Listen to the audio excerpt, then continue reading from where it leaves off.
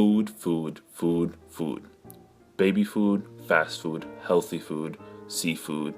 Food is everywhere. You wake up, you're hungry, and you think of food. It's midnight, you're procrastinating, and to waste time, you go get food. Food is life. It's biological. Eating is the most human thing you can do. You need food to survive.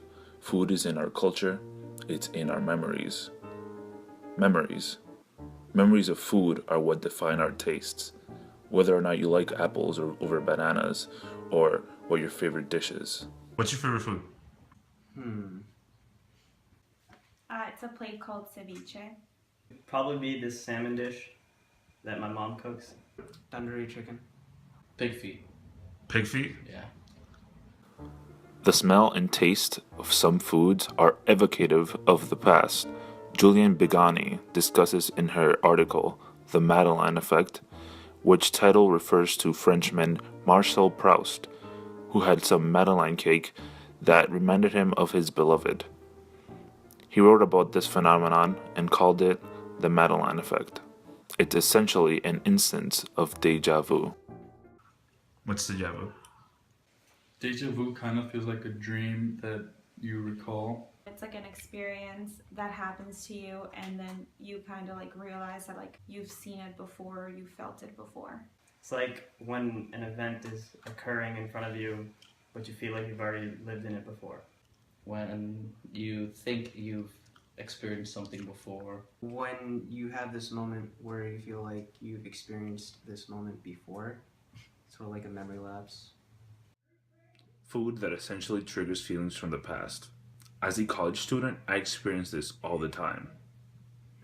For me, the one thing that always triggers a Madeleine effect is ramen. You see, my grandmother makes the best chicken noodle soup. So every time I eat ramen, it reminds me of her cooking. And it's honestly in a depressing kind of way. Because, ramen and soup are alike, and I just wish I had her chicken noodle soup as opposed to ramen. You have probably had this feeling before. Maybe from cereal you loved as a kid and had not had in a while. Or whenever you go home and had your mom's cooking. And it doesn't have to be just the taste of food. The Madeleine effect can also be triggered by the smells. But how does this stuff even work? We will be looking at 4 different parts of the brain responsible for our memories and senses. The occipital lobe is responsible for the light we see and sense. The frontal lobe involves our consciousness and decision making. It's where our short-term memories are stored, and our long-term memories are sorted.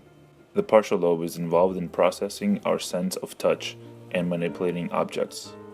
Finally, the temporal lobe is responsible in sensing sound and smell, as well as processing speech. These parts of the brain work together to make you, you. When you come across anything that evokes any feeling or memory, it's called involuntary memory. That is, parts of memory that are evoked from everyday life with no conscious effort. This is what déjà vu and the Madeleine effect essentially are.